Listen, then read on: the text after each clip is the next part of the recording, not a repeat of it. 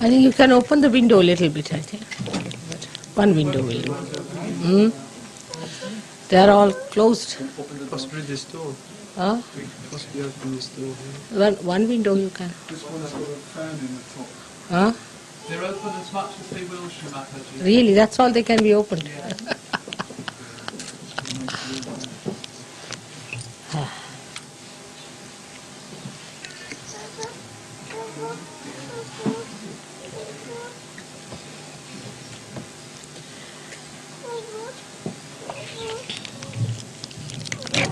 They have all arrived, so we'll wait for 2 minutes for them.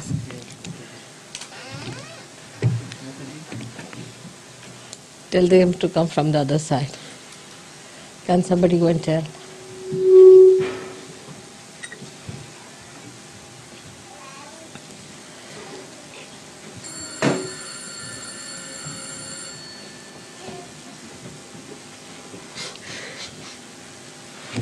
You are taking photograph, I'll not have this. Better. Then I'll have it later.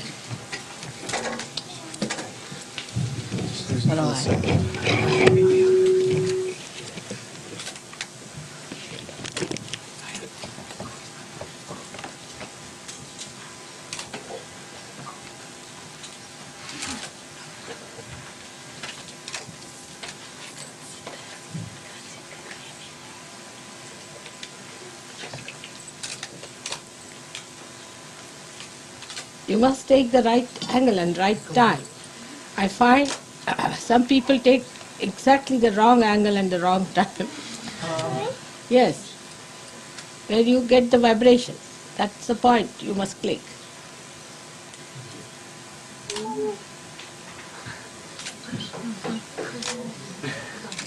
That's it.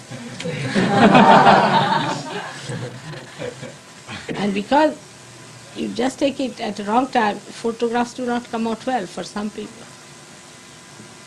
Vibrations will tell you when to take.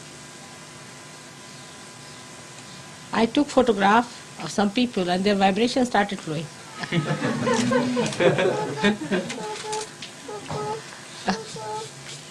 It's so related. Oh, come along, we've been waiting for you.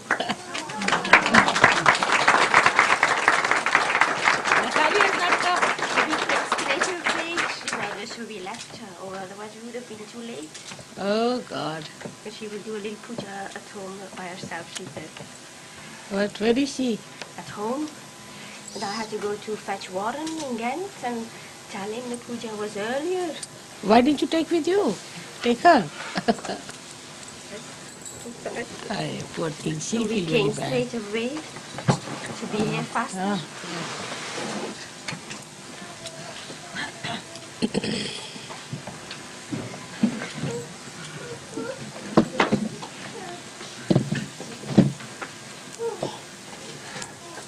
Now the people from Brussels and from Ghent and from Holland should come forward.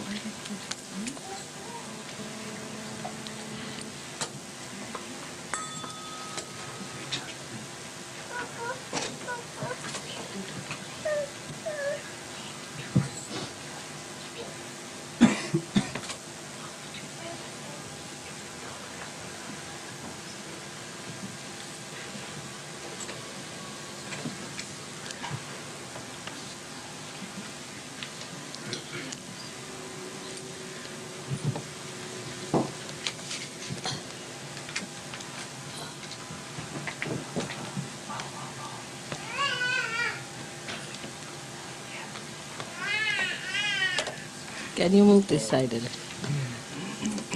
So she can sit there.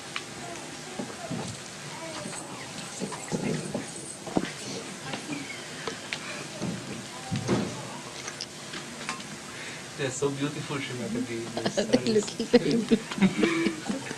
This is the sari you had in Venice, Shri Mataji. I gave them to wear and as a present, but I'm left with no sari to give them. So I don't know what to do. I mean, I have only white saris left, so I thought I'll send them some nice saris. All right.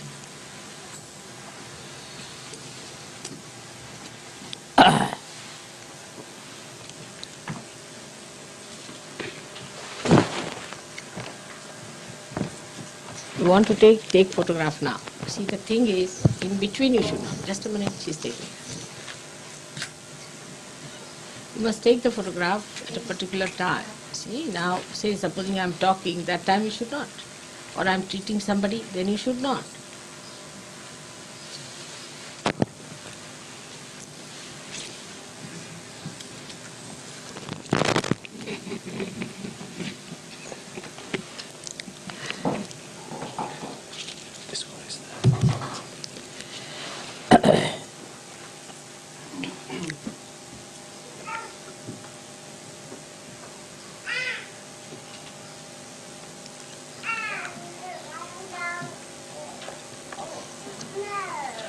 So we are in Holland, which is the Holy Land of Europe. And the Holy Land of Europe has got lots of water in it flowing. It's at a lower level than the Mother Earth. And the sea flows through it. So it's a good combination of the sea and the earth here. So sea cleanses and the Mother Earth blesses the people of Holland. But if they have lost their moorings and they are flying in the wrong direction, then the same Holy Land can become a hell land. So we have to be very careful to see that we create more and more Sahaja Yogis in this place. In my reading of the character of the Western people, I find they are extremely aggressive by nature and very egoistical on the whole. One should not feel that I am saying about you, but I am saying you are Sahaja Yogis, you belong to the kingdom of God, but I am telling about in general. Now, while I am talking, keep your eyes open. I don't know why people close the eyes, I can't understand. Now, when we are in the Holy Land, we find that the Mother Earth has allowed the sea to flow in. And is a very good place for me to say something to you.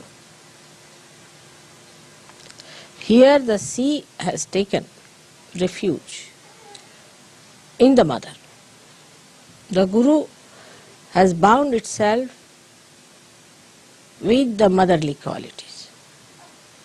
A person feels more safe on the ground than on the sea or in the air.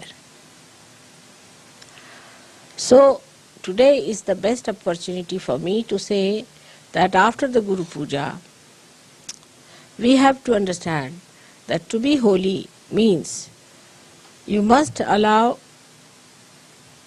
the Guru Tattva to circulate in the Mother principle. Or the Guru Tattva is to be controlled and guided and beautified by the Mother principle. It's only the Mother Earth that is beautiful, because it can create so many varieties, so many dramas, so many plays. Any other element, if you see, has nothing in it. So it is she who can create. So we should take to the motherly quality more and try to bind our Guru principle through that motherly, beautiful, creative power, so that we make our presence very agreeable, very congenial, very beautiful, full of interest and varieties. Every time new flowers, every time new fruits, every time a new design. As Kundalini is made of Mother Earth. We are quite capable of doing that. There are gurus and gurus and gurus, but no one so far is such a master as you are of the Kundalini. If they were, they would have given realization to thousands. Why? Because your mother has penetrated into your Guru principle and has risen your Kundalini, has given you powers to raise Kundalini, breaking your 7th chakra so clearly. That never happened with anyone. Even incarnations could not do that to the masses as you are doing. The Kundalini is flowing from your hand. The Ganesha is active in you. But it should never give you the ego or the sternness or the heaviness of the sea. But it should give you the beauty of the Mother Earth. Mother Earth is always bigger than the sea because she has to contain the sea. Sea can never be bigger than the Mother Earth. Sometimes it looks sea bigger, but sea is contained in the Mother Earth. It cannot go beyond. So Mother Earth is always greater, bigger, wider than the sea. So one has to understand that when Kundalini has risen, you have become all the 7 chakras and not only the Guru chakra. And when you have become the Guru chakra, it is also bounded on all sides by the Mother Earth. Under these circumstances, when we are so capable, we are giving realization to so many people, when we are achieving so many things. If we could just become humble, congenial, beautiful, we can master the whole world.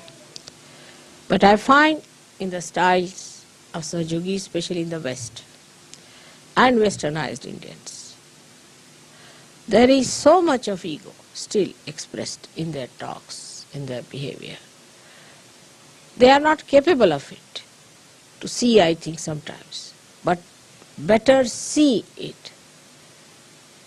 First you may have to act as sweet people. Maybe. But you must learn that way. If you do not understand that all your leadership, all your Guru Tattva depends entirely on the loving capacity of your mother, her patience. I get angry, but perhaps once in a 10 years or 12 years, something like that. Seldom. That's better. Then the anger has some meaning, but all the time if you are in a temper or you try to show off or if you have so much of ego that you go on asserting on wrong things, then you cannot be effective. Another thing I have seen, that ego has no discretion. Ego has no discretion of any kind. If you are egoistical, first thing you lose is discretion. Then what's the use of having this nonsense of an ego which doesn't give you discretion? And people who have greater ego always then assert, and you have to agree to that. You are more impressed by the people who have greater ego than yours. And you like the people who are without any ego, so you can oppress on them. But the discretion part is very poor. That you can see. The other day one guru had come, one gentleman had come, and he has given some mantra. It's by his guru. Now he can't hear anything against his guru. Why? Because his ego has chosen that guru. Because the ego has chosen, how can the ego be wrong? And ego is always wrong. Invariably it is wrong. Everything is upside down with the ego orientation.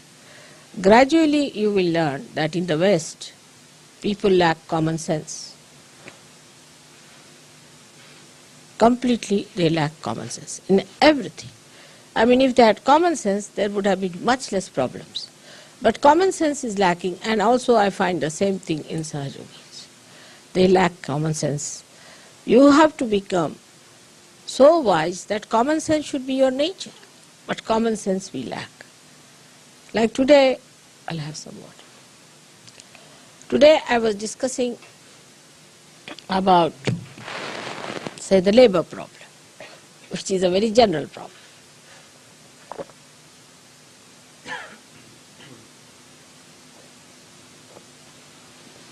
Yes, thank you. Which is a very general problem. You have a labor problem. For example, you have an employment. Now the whole system that is built in here, and we too have adopted some of it, but not to that extent, of working hours is very absurd. For example, supposing you get up at 4 o'clock. I mean, that's very big supposition, of course, but supposing we get up at 4 and we take our bath. Morning time is very peaceful. We can meditate, we can do what we like. Then we finish all the other work we have to do. Get yourself ready, have yourself ready, have your breakfast or tea or whatever you want to have. Then by 8 o'clock you are ready for work. Supposing you go at 8 o'clock for your work. So you can work from 8 up to 1 o'clock very easily. Very easily, no problem.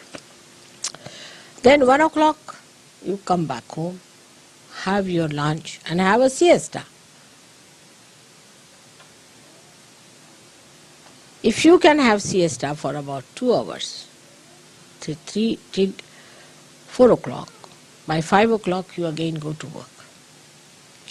Then you can work from 5 to 11 without feeling tired at all. After 11 you might be. So you put in much more work,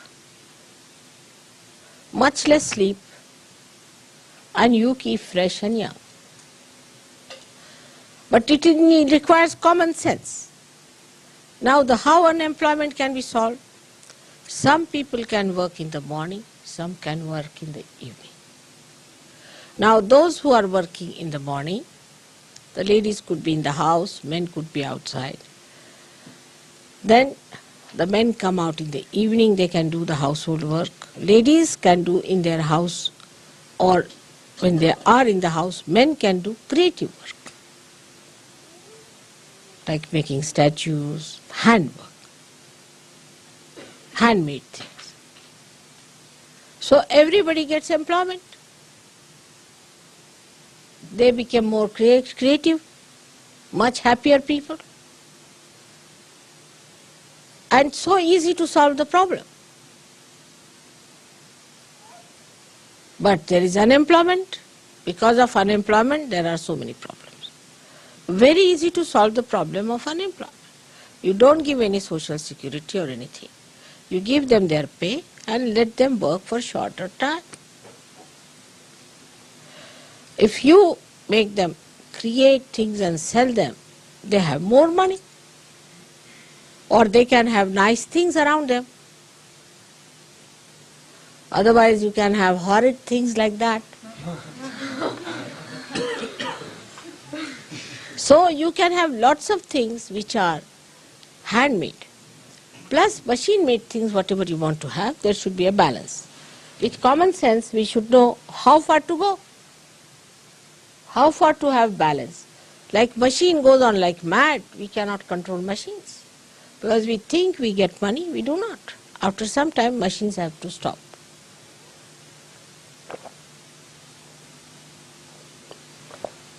So you have to go up to this. I am trying to put the Guru Tattva into the Mother Tattva.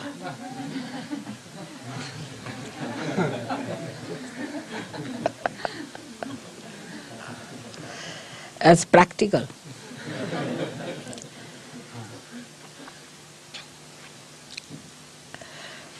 So, common sense should be applied. And that can only come when there is no ego. With ego, there cannot be common sense. Because I like it, I do it. But this I is an ego who is blind, who is indiscreet, who is stupid.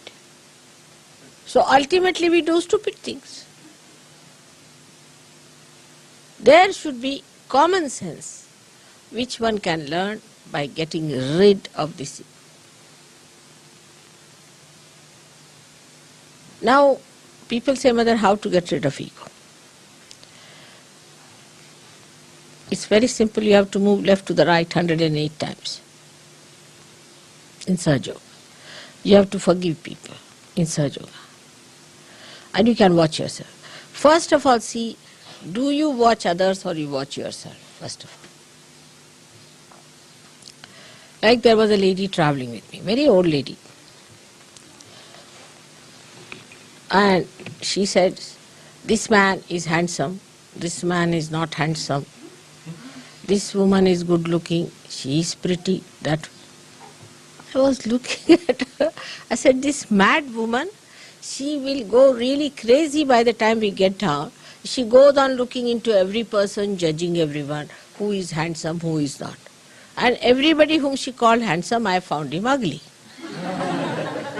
So I gave up. I said, you better decide. I never try these things. Then, that man is not good, he is very hot-tempered, he is this thing, he is that, he talks like that, he walks like that, he shouldn't look like that. Worried about other people. You tell them anything, they'll go on shaking their neck like that. Oh, how could you do it? But you do it yourself. If they have to say yes, they'll do it 10 times. Yes, yes, yes, yes, yes. If they have to say no, they'll go on saying no, no, no. There's no common sense. Why to move your neck so many times? See, if somebody is saying that, you need not react all the time. So this is another thing, internal reaction. First is external. Seeing everyone, judging everyone. Oh, I don't like this station, this is too much dusty, this bathroom is not good, that room is not good, that thing is not good, like that. As if you are the Queen of England. Even that could be even more than that, because she's not even allowed to choose her dress. Parliament has to decide.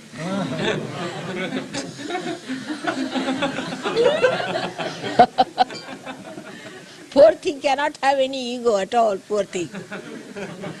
She has to choose what dress she has to wear for a particular occasion. If the Parliament says yes, she wears. She says no, no. Big problem for them. But for us who are free people, we must have common sense to understand what to do, where to do, what to talk, how to talk. But when there is ego, you cannot have common sense. And this is the reason I think the Western people have become so stupid in so many things. Whatever I see it upside down. Indians, we may be poor people in the villages. They are not so educated. You are all very well educated people. Everything is there. But all has come out of ego. So the common sense is lacking. So those who deal with the Mother Earth, like farmers, have tremendous common sense. Now in Holland, I used to think people will have lot of common sense because they are farmers, you see.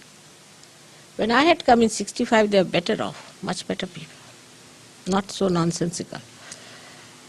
They were well-dressed, nice, sensible, solid people. Of course, I met quite elderly people also, I should say. But I was surprised that in the market you could not get a transistor made in Holland, could not get anything made in Holland. So I said, how is it? You don't make anything machine? He said, why should we? For our 25 bulbs of tulips in those days, we get one transistor from Japan. So why should we make a transistor? Common sense. We sent from here 25 bulbs, and they had fields and fields of all kinds of tulips all over, when I came here. So they said for 25 bulbs we get one transistor, so why should we? We export our bulbs to them and get their transistors. Why should we make transistors? Then they said we export our cheese to a particular country, or eggs to Italy, or chicken to this country, and we get all that we need. I was amazed. You see, they're so proud of their agriculture. And so much doing like that way, which was a very sensible thing, and because they were dealing with the land, I thought I'll find Holland people to be the best. But then I got reports that people are absolutely gone off their heads. They have become like bullocks now. Working with the land, they have become like bullocks who plow the land. I was surprised. How have they become like bulls? They were very sensible people, very sensible. Farmers, sensibly dealing with things and working out things in such beautiful manner. Very innocent and simple people. And naive up to a point of sweetness. Very sweet. When we came here, they wanted to please us, so they wanted to put a flag for us, for our country. And they put Pakistan's flag in front of us.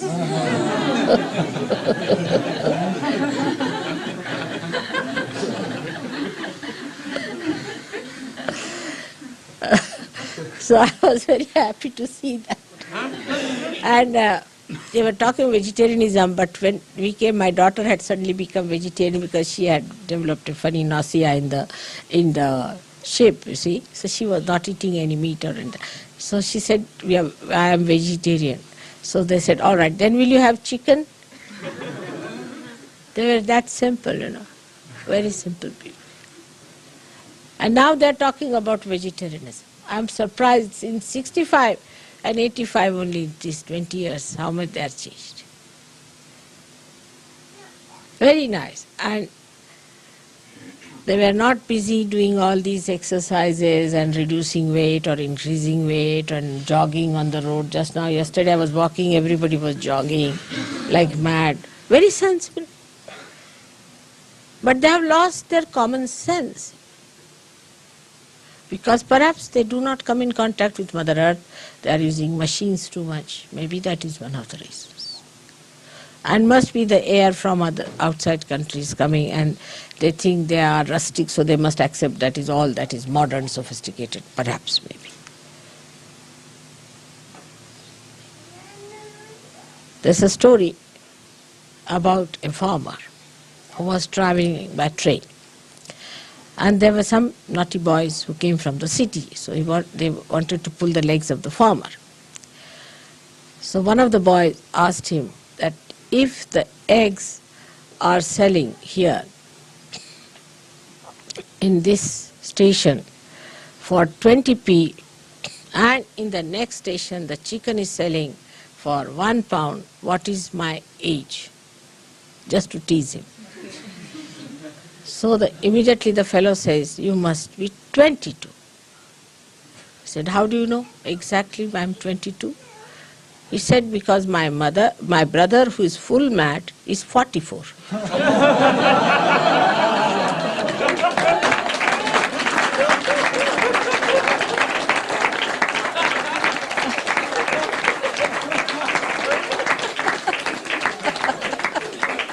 You see, they are so practical, so brass, you see, as you call in American level, brass tacks. You see, they know what is it. He looked at him and he said, 22? He said, how? Why? My brother, who is 44, is full mad. And these boys didn't know where to look, you see, because they wanted to tease him. And the farmers have great sense. Like we had one minister who had developed a bad neck, you see, Prime Minister, he was Chief Minister. He used to go on like this, his head used to go like this. So some farmers came to see him. They saw him and they looked at him. They said, oh, he's saying no already, what's the use of telling him anything? We have lots of stories of farmers in India, which shows how much they understand life. I had very nice gardener. He was from a village. So there was one fellow, old fellow, another gardener. He says, no use talking to this old fellow. I said, why? He said, if he is a Hindu, then an old man is a gone case. I said, why? Because in young age they live like ascetics and in old age they become like bhoots. But if he's a Muslim, they don't live like ascetics in young age, they enjoy life, and in old age they are satisfied souls. So you better talk to a Muslim old man than to an Hindu old man. I mean, the reading is so correct about things, Everything that he said was so practical and so sensible. I was really surprised how he could say these things with such sweetness and with such goodness, and how he understood so many things so well. And he was a very young fellow, about, I would say, 30, 32 years of age. So he came to Bombay to see us. He didn't know our full address, he only knew Marine Drive. So he told the fellow, his taxi fellow, he drive me at Marine Drive. He said, Marine Drive is a big place. He said, drive me anywhere in Marine Drive. He drove. So he went and asked, is there a very tall gentleman staying in Marine Drive somewhere? And you see, my husband is one of the tallest in Indians, you see. So he went to the servants, asked, have you seen any tall Sahab anywhere? He said, there's one tallest staying there, you see. So that's how he came to our house. And he showed them his shoes. This shoe is given to me by my Sahab. He is also very tall, you see. So he said, this shoe he has given me. And he wears the same style of shoes. So servants notice all these things. They were practical people. So another gardener who met him, he said, yes, there's a tall fellow and he wears the same type of shoes. So he came to our house. How they are sharp and how their eyes are so penetrating, how they know everything about everything. It is remarkable, very remarkable. And that is what we have to be. We have to be gurus with the mother's influence on us. All the time the mother controlling us, the mother guiding us, the mother making our banks, mother making our maryadas. So the motherliness is your blessing. Today you are raising your kundalini because your guru is a mother. Otherwise you could never have done it. And that is why motherliness is so important. One of the reasons perhaps why the Sahaja Yogis run away from the leaders and sometimes from the people who want to have followed may be that we do not know that they are just entering in, just opening out. So try to be kind, just hatching. The little chicks, you see, will die very fast. You have to handle them very, very carefully. I am saying this after so many years of not saying this. And I am requesting all of you, try to develop, sit before the mirror and try to act like a mother. Let us say. Practice it. Try to be nice, kindly, gentle, patient. If you want to spread Sahaja Yoga in the West, we have to do that way. Not in Maharashtra. Maharashtra's mothers are quite strict and they are straightforward and children are used to it. You might find that you will say that my mother was a very strict lady, but I think I like her very much because she's taught me so many things. My sisters are expert cooks. We are very good in life. We are doing so well in life. We don't trouble anyone. All these things have come from our mother. She was a strict lady and she would not tolerate any nonsense. She would never tell a lie herself. And if you tell her, all right, if this gentleman is coming, you tell that I'm not in the house. Don't tell me to tell lies. I'll tell him that you told me to tell the lies. That's how she was. And that's how she treated us. And we lived with that. But we didn't mind it because what she did was for our good. We knew that she was doing it for our good. Not in this country. People don't understand this fact. They have ego. They never understand that this is for your good. They will always understand this is aggressiveness because they themselves are aggressed or they are aggressive. If they are aggressive, they are even worse. So try to understand what is the situation is in this country. I have adjusted myself. You also should adjust yourself here to the way it is. And that's how I should not hear any more, any complaints about. Now again the Guru Tattva has to go inside, the Mother Tattva.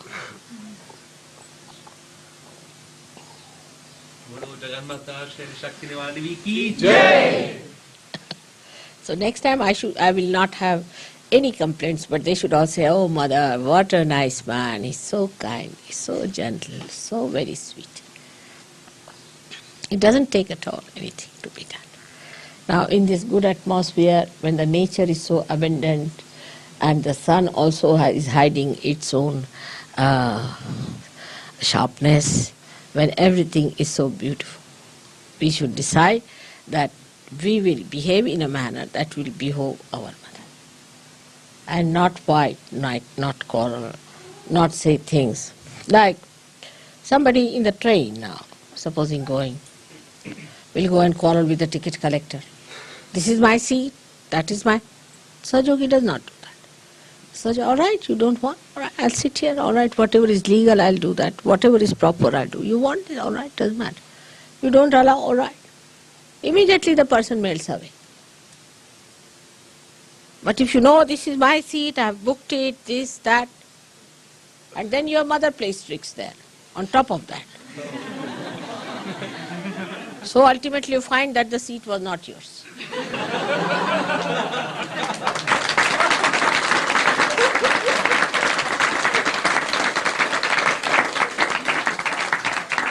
And you feel very upset about it.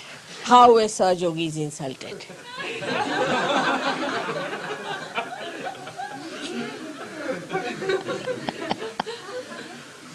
So that is how it is going to work out in this beautiful manner if we understand the beauty of sweetness and beauty of your Mother Earth.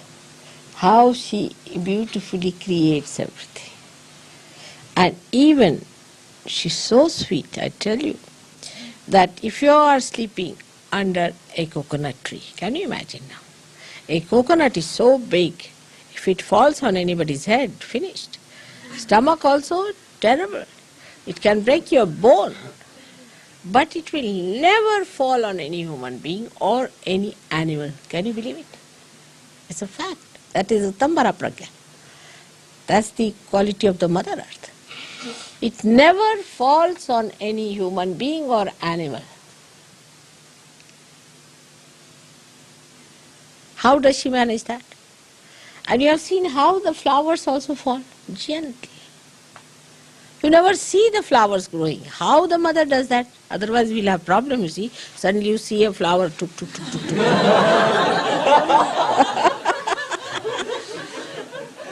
So she, slowly she does it and suddenly, she makes the leaves so beautifully arranged that they all get the sun. How she manages? Then she creates a beautiful shade for you. The color scheme, everything so beautiful. And then how she nourishes? That because all the leaves drop down and they give nitrogen again to the Mother Earth. And then she again nourishes them up. But the leaves have to fall down if the sun has to come to the Mother Earth. It's all her doing. But she does it so beautifully that we are not even aware of what she is doing to us. We don't know. If you notice it, one thing about the Mother Earth's beauty that she creates and how sweetly she does it. You will say that even 1/1000th of that if we have, we could be somewhere already ruling in the kingdom of heaven. This is what it is. So, as you have got your Kundalini, you must develop that sweetness within you in such a manner that people see you and think that you are great mothers. But as you know, in the West, the mothers are so horrible. The women are so dominating that people do not have a proper image of a mother also. Women are extremely dominating. Women must learn to dominate. It's so easy. A bull can dominate anybody. But can they be like Mother Earth, which can bear up all kinds of troubles, all kinds of problems? Can we do that way? Especially that's why I request women of this country to develop those beautiful qualities and not of domination. Domination, it doesn't behove a woman. It doesn't look nice on her. It's like a bull she's wearing as a diamond piece around her neck. It's not beautifying. So we must give up that idea of dominating or trying to oppress the husband. He says something, we say no. To children we say no. To everyone we try to dominate. That's not our character. Even I think Roosevelt once said that, of course he must have met real Indian women, that an Indian woman, she is like a magnolia in an Indian forest. Of course here the magnolias are useless, but in Indian forest, even one flower in the forest, it is hidden, you can't see it. But you can smell it. The whole forest is fragrant. You can't see it anywhere, it's hidden in one flower. You can know this magnolia. And this is the greatest quality, because love is the most attractive thing in this world. Why do you hang around me?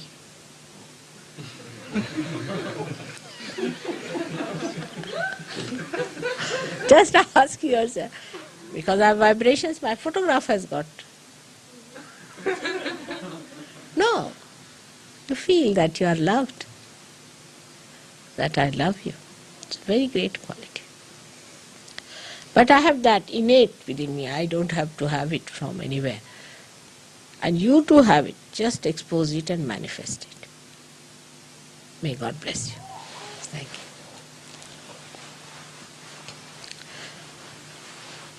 So today we should do actually the pujan of the Bhumi would be better idea. We'll do the Ganesha's pujan and then you worship me as the Mother Earth, as the Ratambhara Pragya, which we have not done so far, being the Holy Land. Alright? And we have to thank all these Sahajogis who are so few here, who have arranged all this and have done such good work.